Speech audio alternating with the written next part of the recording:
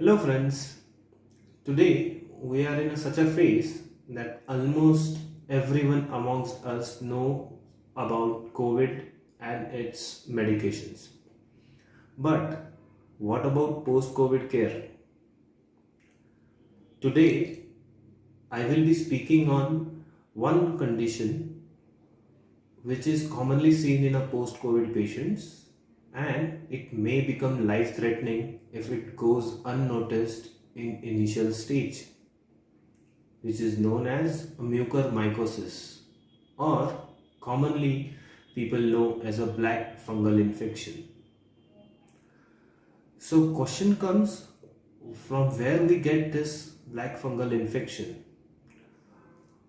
Friends, these fungi are ubiquitously, means most abundantly commonly present in environment, especially in warm and humid areas. What are the signs and symptoms of it? Friends, mainly there are two types of mucormycosis which are commonly observed in COVID.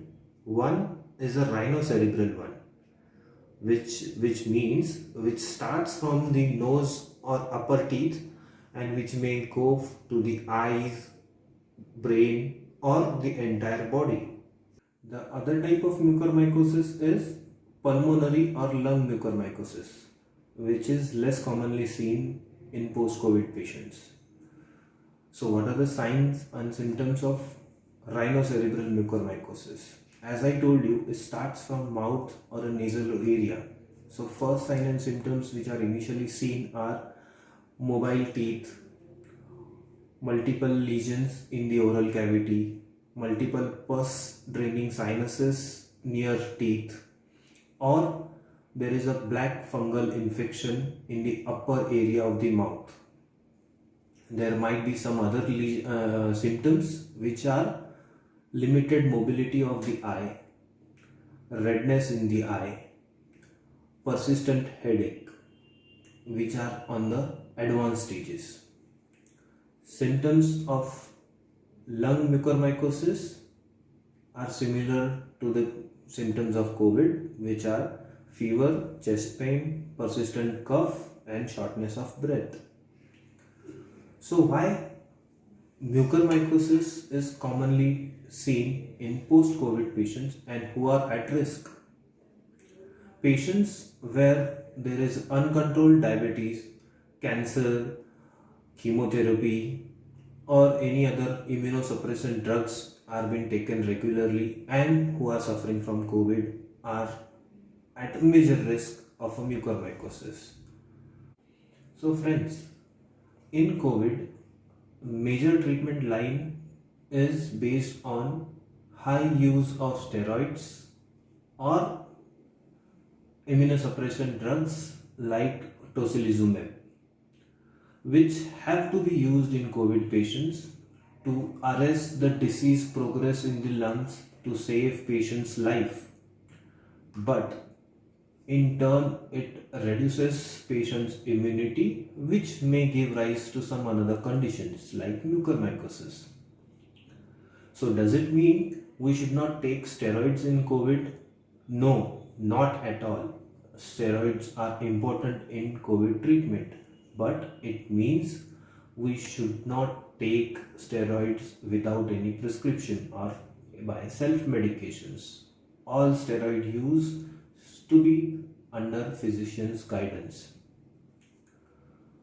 So, what is the treatment of mucor? In mucormycosis, early detection is the key.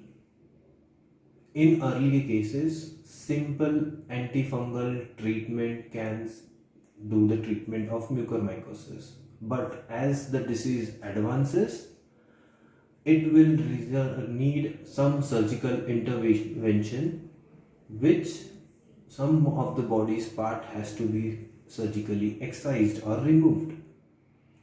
So the basic line of treatment is patient should not miss any symptoms post COVID and do not delay any treatment for that. Finally, how to avoid mucormycosis? First of all, friends, we should be clear on this point that we don't need to be panicked about mucormycosis in post-COVID time.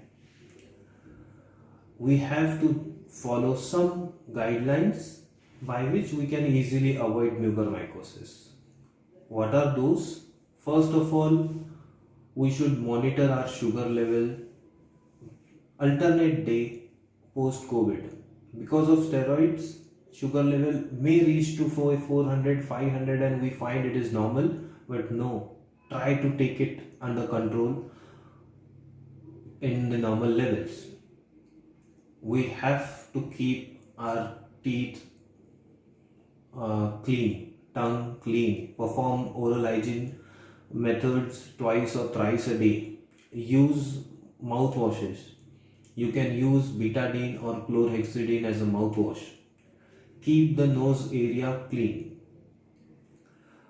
Patients who are on a concentrator or oxygen cylinder after COVID treatment, they should use clean and sterile water in humidifiers. From there, that is the source of mucormycosis for the lung. Do not miss any warning signs and symptoms. Do not take any symptoms lightly. If you feel you have any of them, get a checkup done promptly. As I told you, most important is do not lose time. Earlier the diagnosis, better the prognosis in mucormycosis. Hopefully it is helpful for you all friends. Thank you.